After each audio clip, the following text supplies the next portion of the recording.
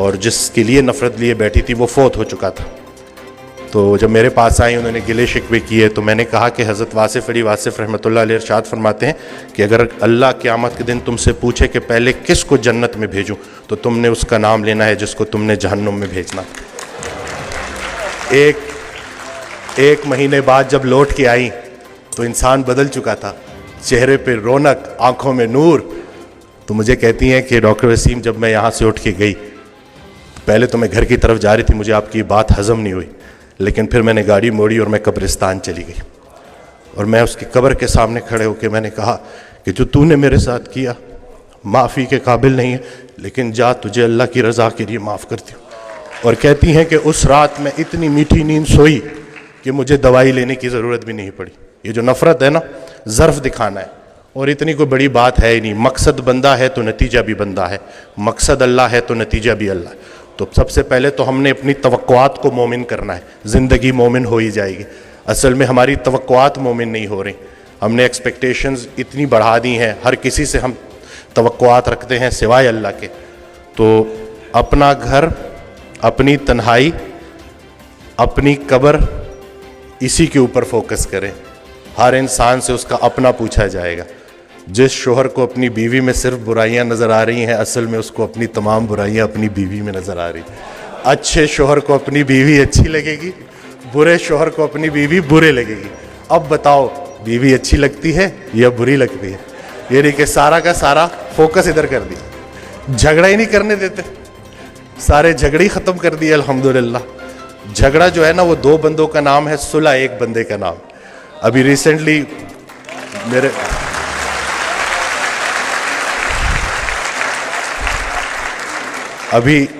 میرے ساتھ ایک واقعہ ہوا. میں گاڑی ریورس کرا تو وہ برانڈ نیو گاڑی تھی, وہ لگ گئی. وہ پیچھے سا غلطی میری تھی تو میں اترا تو وہ بڑے غصے میں میری طرف آئے. تو میں نے فوراً معافی مانگ لی نا کہ مجھے نظر نہیں آیا, میں بہت معذرت کرتا ہوں, اور بہت زیادہ میں نے ان سے معافی نا. تو ابھی وہ غصہ ان کا ایک دم سے اتر گیا. کہتے ہیں آج کل معافی کون مانگتا ہے؟ تو میں نے کہا جی وہ نقصان چھوڑے, نقصان کو اپنا نمبر دے اور رابطے میں رہیں گے. تو میرا بڑا دل تھا میں ان کو بولوں کہ اگر کوئی معافی منگوانے والا پیچھے کھڑا ہو تو بندہ ضرور معافی مانگتا ہے. تو یہ کسی کے حوالے سے زندگی گزارنا کتنی آسان ہو جاتی ہے اگر ہمیں پتہ چل جائے تو ہمارے سارے جھگڑے ختم ہو جائیں. میں نے آڈیوز میں جو سنا ہے نا کہ جنہیں ہم رخصت کرتے ہیں وہی ہمارا استقبال کریں گے. تو حضرت واصف علی واصف رحمۃ اللہ علیہ کی میں آڈیوز سنتا ہوں تو اس میں انہوں نے جو ہمارا فوکس ہی چینج کر دیا ہے کہ جب ہم وہاں پہ جائیں گے تو جن کو ہم پیچھے چھوڑ کے آئے تھے وہ ہمیں آگے ملیں گے. تو اب ان کے لیے کیا لے کے جا رہے ہیں؟ تو اپنے والدین کے لیے صدقہ جاریہ بننا ہے. اور یہ چھوٹی سی زندگی ہے, اس میں الجھنا نہیں ہے. آسانیاں دو, آسانیاں ملیں گی. ہر وہ نیکی جو تم دوسرے کے ساتھ کرتے ہو اصل میں اپنے ساتھ کرتے ہو. ہر وہ بدی جو تم دوسرے کے ساتھ کرتے ہو اصل میں اپنے ساتھ کرتے ہو. اسلام کوئی بات نہیں ہے جو پڑھ کے سنانی ہے, اسلام ایک کام ہے جو کر کے دکھانا ہے. تو اللہ پاک ہمیں استقامت دے کہ یہ نوجوان ہمارے سامنے جو بیٹھے ہوئے ہیں انہوں نے ہی ہمیں ریپلیس کرنا ہے. اور میں یہ کہتا ہوں کہ اگر کچھ پرسنٹیج ہی پاپولیشن کی اگر شعوری سطح پہ جتنی لیول آف کانشیسنس بڑھے گی اتنی کریج آف فارگیونیس بھی بڑھے گی. اور حضرت واصف علی واصف رحمۃ اللہ علیہ کا بڑا پیارا فکرہ ہے کہ میری بیسک تعلیم یہ ہے کہ سب کو معاف کرو. تو بس یہی کرنا ہے کہ معافی تلافی کر کے اپنی اپنی قبروں تک جانا ہے. کوانٹم فزکس کا ایک فکرہ ہے کہ death is just an illusion. جب میں نے یہ پڑھا نا تو مجھے سرکار کا فکرہ یاد آ گیا کہ یہ کون لوگ تھے جنہوں نے موت کو میلہ بنا دیا. رسول اللہ صلی اللہ علیہ وسلم کی حدیث ہے, اس کا مفہوم ہے کہ جب شہید ان مراحل سے گزار کر اپنی جان کا نذرانہ پیش کر کے جب بارگاہ اللہ میں جب اللہ کے سامنے حاضر ہوگا بارگاہ خداوندی میں, اور اللہ اس سے پوچھے گا کہ بتا تجھے کیا چاہیے, تو وہ بولے گا مجھے بار بار اسی راستے سے گزارا جائے.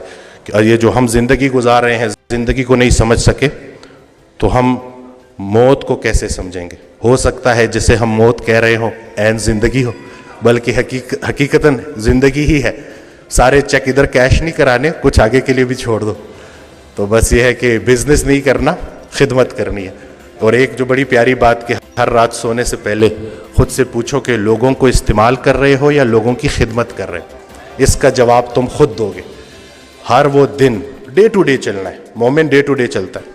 ہر وہ دن جس میں آپ کی ذات سے کسی انسان کا نقصان نہیں ہوا, آپ کے ذات کے شر سے لوگ محفوظ رہے, اور کسی نہ کسی کا نفع ہو گیا, وہ بہترین دن گزر گیا. یہ ان 2 فکروں میں پورا اسلام سمجھایا گیا ہے. اگر لوگ سمجھیں, اگر آپ کی ذات بے ضرر ہو گئی تو آپ کے دین کی ابتدا ہو گئی, اور اگر آپ کی ذات سے لوگوں کا نفع ہو رہا ہے تو آپ کا دین مکمل ہو گیا. اسلام کچھ بھی نہیں ہے اخلاق محمدی صلی اللہ علیہ وآلہ وسلم. تو دعا یہی کرنی چاہیے کہ ہم اپنے ریئل کو اپنے آئیڈیل کے قریب کر دیں. ہم سب یہ دعا کرتے ہیں کہ مرتے وقت رسول اللہ صلی اللہ علیہ وسلم کا چہرہ مبارک ہمیں نظر آئے, ہم ان کا دیدار کریں. تو بس دیکھ لیں جی کہ کہیں ایسا نہ ہو کہ اس دن شرمندگی اٹھانی پڑے. تو کوئی ایک خوبی اپنے اندر ایسی پیدا کر لو جو آپ کو لگے کہ رسول پاک صلی اللہ علیہ وسلم کو اچھی لگے گی. کوئی ایک غلطی خامی اپنے اندر سے ایسے نکال دو جو آپ کو لگتا ہے رسول اللہ صلی اللہ علیہ وسلم کو ناپسند ہے. تو بس یہی چھوٹی سی زندگی ہے اور یہی کرنے والے کام ہے, کر ڈالیں. اور اللہ کے راستے کا سفر تنہائی کا سفر نہیں ہے, سنگتوں کا سفر ہے.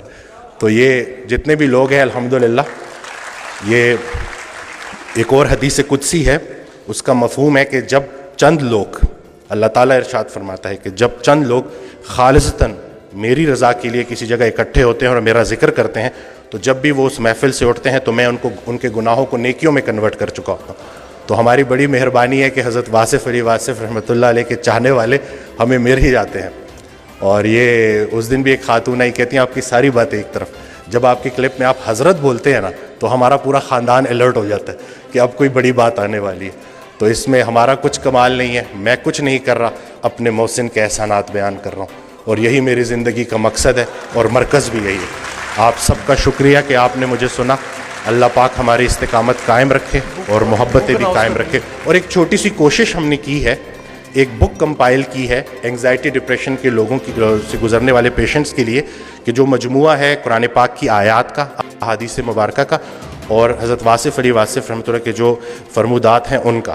تو اس کی ڈیٹیلز بھی آپ انتظامیہ سے لے سکتے ہیں. جزاک اللہ, سلامت رہیں, آباد رہیں. Thank you.